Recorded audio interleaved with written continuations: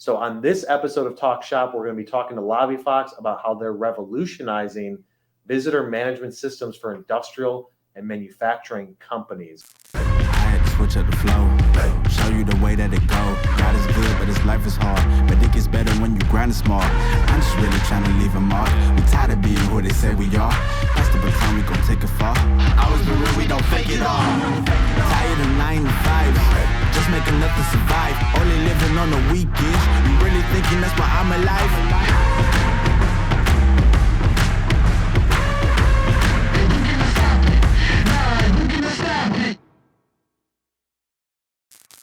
And we've got Shannon Oleyar here from LobbyFox. She is the digital sales and marketing director of sales and marketing. What's your title, Shannon? Chief Sales and Marketing Officer. Chief Sales and Marketing. She's just making up titles as she goes.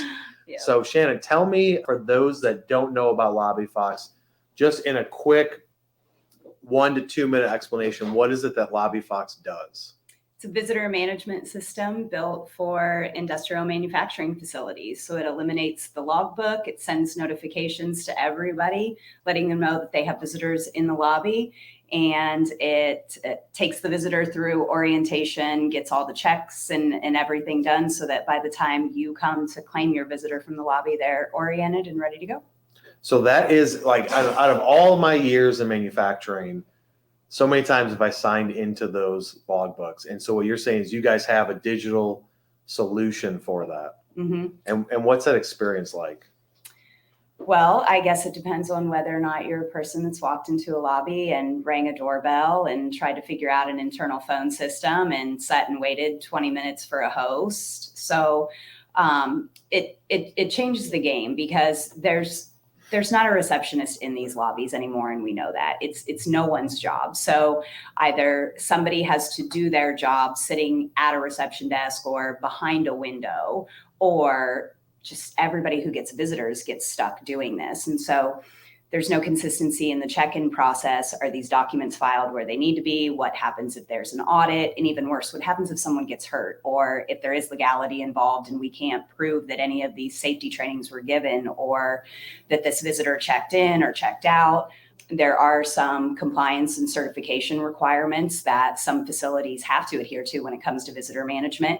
And it is along the lines of confidentiality. So if there's just a logbook laying and you can go back and see everybody that's been at this facility to the beginning of the logbook, then that could potentially create some problems. Yeah, and I definitely, back when I was selling injection molding, the first thing I would do when I walk in those lobbies after I signed in was look to see were any of my competitors in the last couple of days or week or so. And most of the time I didn't know who else was quoting a project or talking to them. But I could be like, oh, dang, this one of my competitors, they were just in here 3 days ago. Yeah. And so it does. You know, if you're a sales guy, there's a wealth of knowledge in the logbook. So yeah, exactly. So that would kind of hurt those people. They're not gonna be able to get that information. But like, I mean, I've seen visitor management systems in like schools and stuff like that. So what really separates LobbyFox when it comes to the industrial world? So everybody has different requirements, different things that are important to them. So if you're a school, you need a visitor management system that is doing background checks. Is this person on the sex offender registry list? That sort of thing. If you are in a shared office building like a WeWork or something like that, what's important to you is being able to pick and choose what hosts are available, or reserve desks, or reserve certain meeting rooms. When it comes to industrial facilities, they've got sometimes very spaced out, unusual layout campuses where there's multiple buildings and different visitors need to be going to different buildings. Is this particular visitor going to be on the production floor? And if so, how does that change the way that we have to put this specific contractor through some type of safety orientation? What do they need to know? Everybody's got to stay with a host. And so there's certain areas that have restricted access, and we need to know that these visitors understand where they can and cannot be, what the PPE requirements are, that they understand how to use it, that they understand what to do in the event of an emergency. And so when you put someone in front of a PowerPoint presentation, or you hand them a pamphlet, or even worse, you just give them a document and you ask them to read it. Let's be honest, does anybody read it? Is anybody paying attention? So when we really think about, safety matters, and it matters to not only the visitors that are visiting, but your employees who, are around these visitors. So being able to watch a safety orientation video and have this information shown to you and explained to you has a 95% retention rate over written text. So you're serving it to your visitor in a format where you hope that they're going to absorb it. And then if you want to quiz the visitor on that information, you can. If there's other information that you need to collect from the visitor, do we have these certifications on file? Do we have this insurance document on file? And that sort of thing. The kiosk can do all of that for you. So essentially it automates a process that you already had. That's definitely cool. So when we first learned about the LobbyFox system, like what I like most about it is the fact that you guys were built specifically for industrial companies, right? Because like all of you guys watching, if you're in a service or you're in industrial, it's no different than when you're looking at your competition and they say, well, they do all of these different things and also something that you specialize in. That's no different than with LobbyFox, right? Like there are people that have solutions out there, but to me, when we were looking into it, it's like that's an area that they serve, and you guys are like, we only service the industrial and manufacturing companies. So I feel like you probably have your fingers on the pulse of industrial needs and wants with their visitor management system. So are there things that you guys do to continue to evolve the software that you guys have? Constantly. So our customer feedback is the most important thing to us. And we do communicate with our customers on a monthly basis. What does the kiosk do that you love? What doesn't it do that you wish that it did?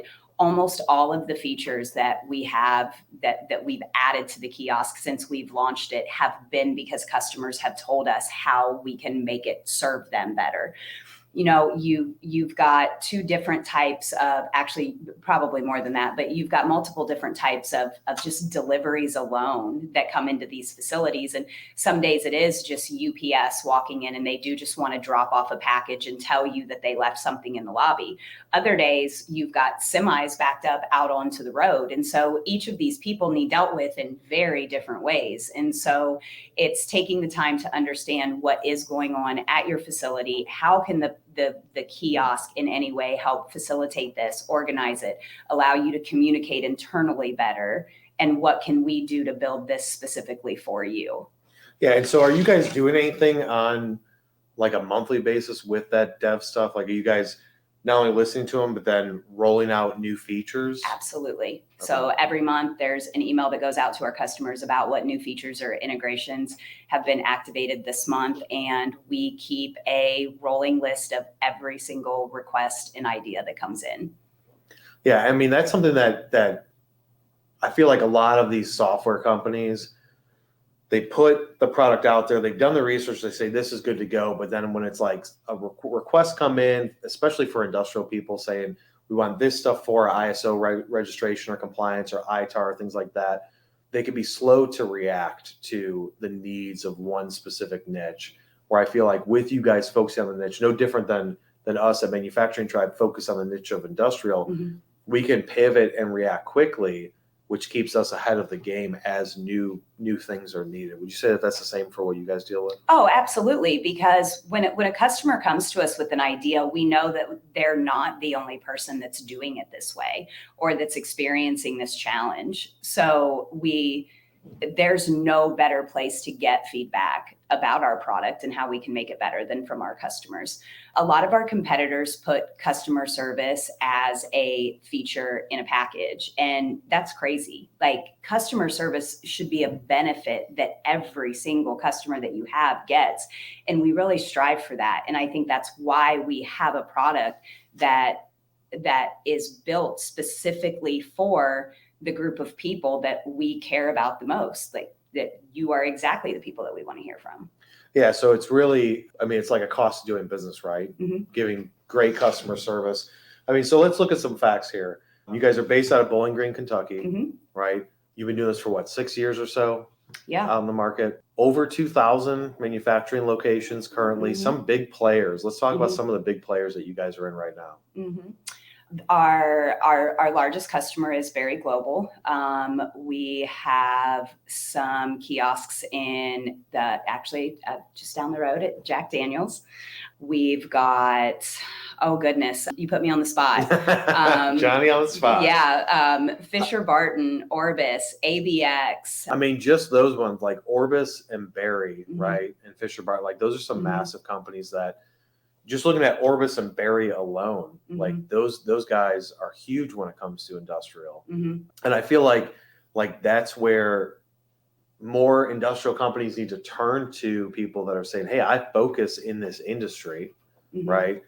We've got the solution, whether you're talking about ISO, ITAR, any sort of compliance contractors, things like that. Like you guys have the specific solution to it versus where the competition is saying, yeah, we do industrial, but we also offer solutions to all these other places. And if you really break down at the end of the day, quantity or percentage of their total revenue that's focusing on manufacturing versus the other ones, I have to assume that while it may be a percentage of their revenue, like it can't be that high comparatively speaking to the other industries where you guys are like, dude, we're only industrial, we're only manufacturing.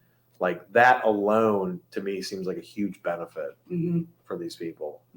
So tell me some story that you have heard from your customers or something that's interesting as you guys have been doing this. You know, I honestly, I've heard some great stories. I got a phone call from an EVP one day and he said, I need to understand how this works. I'm ready to get this going throughout my company. Who do I need to put you in contact with? What's this process look like? And I thought, wow, we went from I've never met to let's get this signed. And so as I was talking to him, I'd found out that he had actually crawled through a bush earlier that day. He walked into the lobby, he rang the bell, nobody came. He waited for a few minutes, started making some phone calls. He only had a few numbers, no one comes to the door. So he ends up crawling through bushes to knock on a window of somebody in the office to go let him in. And he's like, I'm done. What if I would have been a customer? What if I would have been a client? And this is the kind of experience that I would have had just trying to get somebody to let me in. They knew I was coming, and yet I still sat out there forever. So, you know, we hear stories like that are funny. You know, we also hear stories from receptionists or, you know, the person that has kind of adopted that role who say, I'm tired of being the gatekeeper. It's every day. It's awkward when I have to keep getting rid of these solicitors that I know people don't want to talk to. You know, the way that job applications have to be filled out is online, or they have to go through a recruiter. And I'm tired of being the bad guy every day. I have to stop what I'm doing 100 times to get up and go back out and answer the door. And when you think about the productivity of your employees, that alone, just the constant distraction. I mean, you know how it is when you have to stop what you're doing 100 times a day. You know, so it's stuff like that. It's also, you know, being able to actually track down that host. These people are not sitting at their desks all day. They have a business to run. They're, you know, wherever they are. And so being able to get a text message or a Teams or a Slack notification that says that you've got a visitor here and you're pulling it out on your phone. You're not relying on somebody just to call your desk and hoping that you're sitting there. The ability to communicate with everybody in your facility. If there are important visitors here and you do want everybody to know, the kiosk has the ability to send mass text messages to everyone within the facility, notifying them about specific events that are happening in the lobby and whether or not those, you know, sending them directly to the people that they're relevant and important to. Yeah. And so that mass text notification, I heard that earlier in the office. One of the sales guys was telling me couple different situations where people just jumped on it.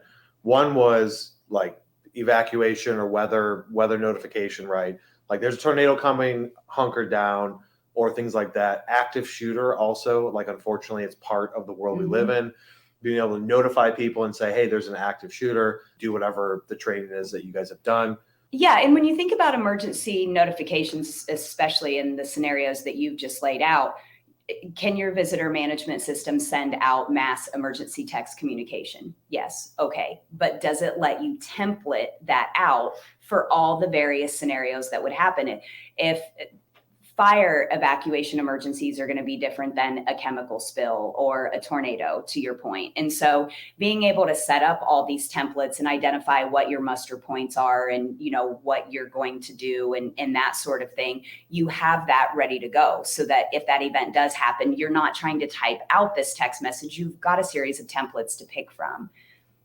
Yeah. And so all of that, I mean, really the customization of everything, right? Like you guys can go in the back end and customize it. One other funny story I heard is that OSHA was on site, or there was an audit happening on site, and something spilt in the plant. And as they're coming through, the person that was cleaning up went and notified the plant manager, and the auditor was right there, which like really isn't like the end of the day. But things like that could happen where an auditor comes through or somebody's walking through the plant. You can notify certain departments like, hey, dude, somebody's on site.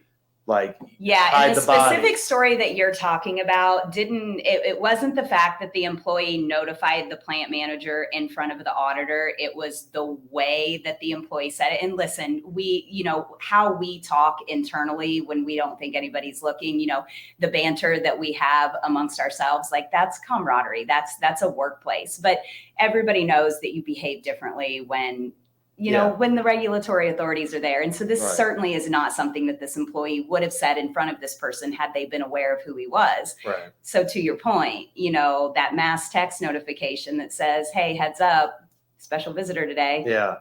Yeah. And especially if it's unannounced, right? I feel like most people know like, hey, we're going through an ISO re-up certification. Mm-hmm.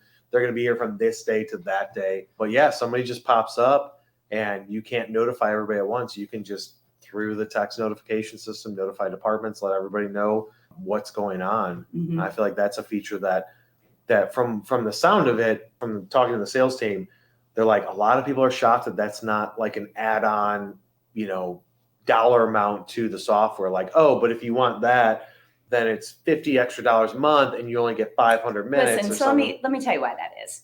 Nobody wants another piece of software. Nobody wants another login, another password, another thing that they have to remember. People are overwhelmed with the amount of office tech that they have.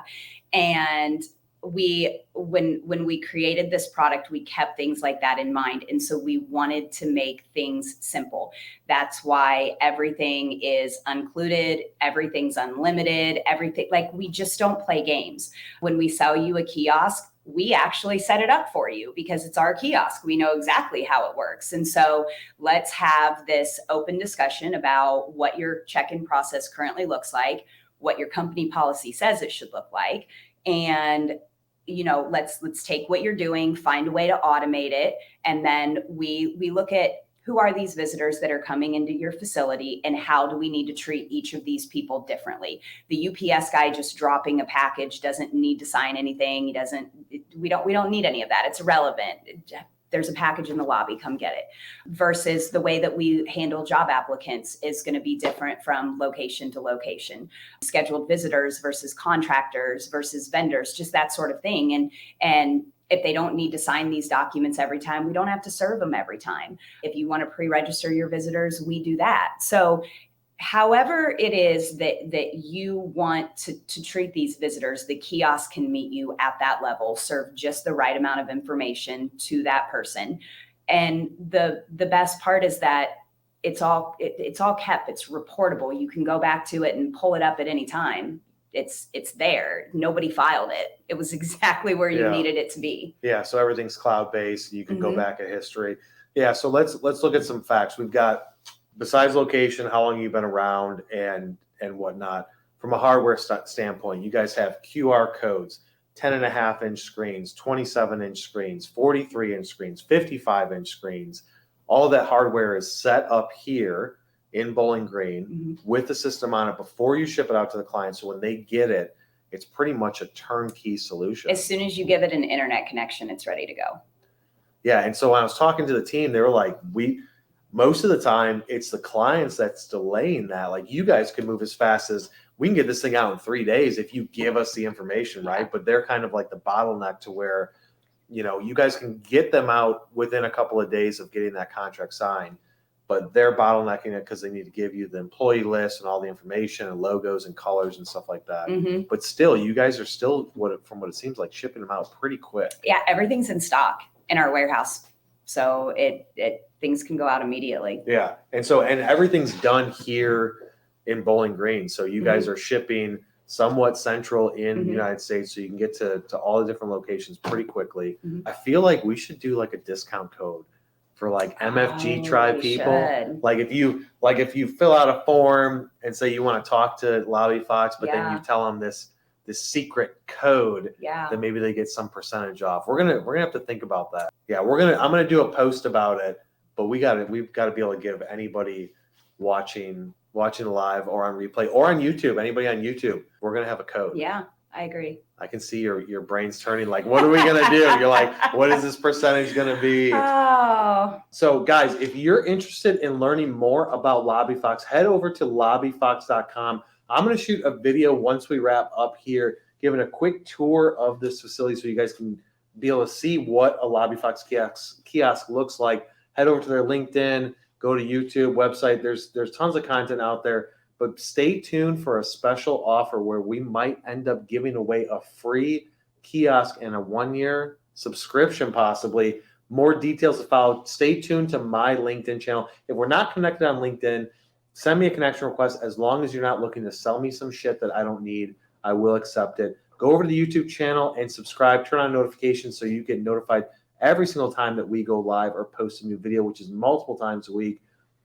Also, head over to your favorite podcast. Look up Technical Sales and Marketing. All of our episodes are in podcast format on all the major podcast platforms. And with that being said, we will be back live at noon on Wednesday for the next show, and we will see you on the next one.